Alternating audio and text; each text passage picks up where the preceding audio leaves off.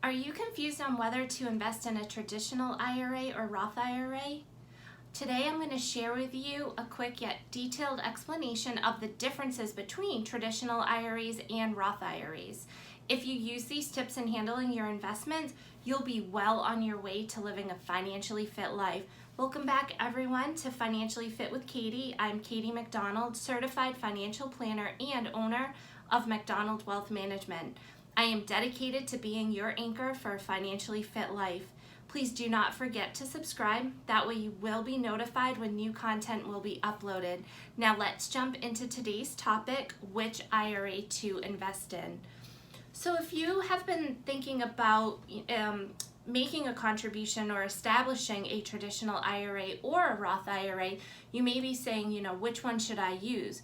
Well, there is no easy answer to the question, and also there isn't a right or wrong answer as well. It really does depend on your current situation, but also your future, what you're wanting to use the money for. So traditional IRAs and Roth IRAs, they do share general characteristics that are similar. First, they both offer tax-deferred growth and allow you to contribute up to $6,000 in 2020 of earned income and an additional $1,000 catch-up contribution if you are age 50 or older. Next, both allow certain low and middle income taxpayers to claim a partial tax credit for amounts that are contributed. Now, these are some of the similarities, but there are a number of differences between the two as well. So now I kind of want to jump through and go through what some of the characteristics of both of them are. So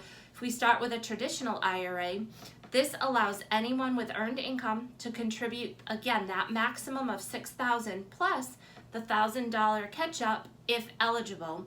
However, your ability to deduct traditional IRA contributions on your tax return will depend on your annual income, your filing status, and whether or not your spouse or yourself is covered by an employer-sponsored plan. You may be able to deduct all of the contribution, a portion of it, or none at all for that given year. So there are different phase-out levels based on your current income. So you'll want to make sure that you take a look at that or check with your advisor, or if you're working with an accountant or a CPA. Now also, any distribution from a traditional IRA will be subject to income taxes to the extent that the distribution represents earnings and deductible contributions. So again, another important fact that if you're not sure of, you'll want to check again with the advisor or accountant.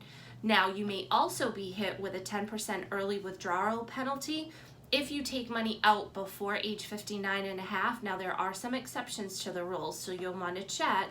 And lastly, beginning at age 72, and this is one of the bigger differences between the two, with a traditional IRA, you must begin to take annual distributions from your traditional IRA, which is known as required minimum distributions.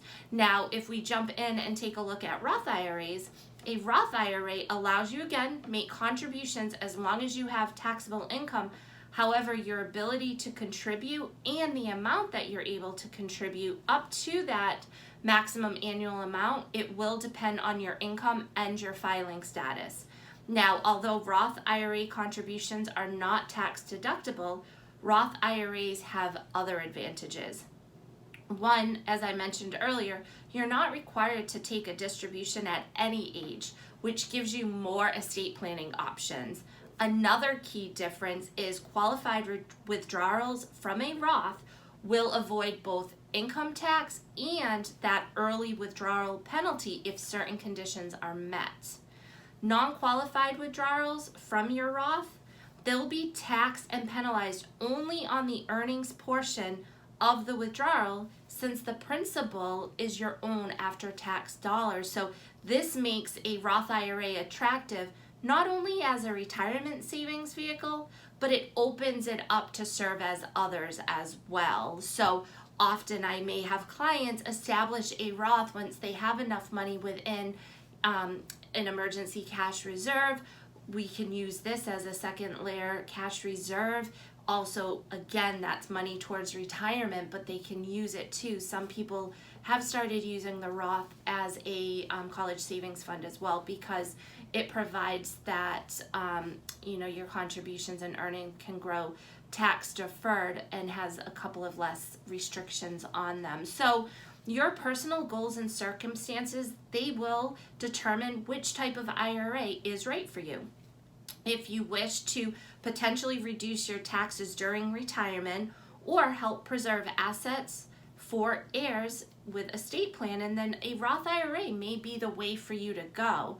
A traditional IRA may make more sense if you can make deductible contributions now and you want to lower your taxes while you're still working. So if you would like to analyze your own situation to see which works best for you, you will want to reach out to an advisor, discuss with your tax professional, and if you want to reach out and discuss with me, absolutely, you can reach me. The contact information for myself and for my firm is listed in the description box below. So I hope that this information has helped you, especially if you've been thinking about establishing one. And they are great savings tools, and I recommend the earlier that you can establish these and start saving, the better that your future self will thank you. So I hope everyone has a great rest of the summer. I can't believe we're already into September.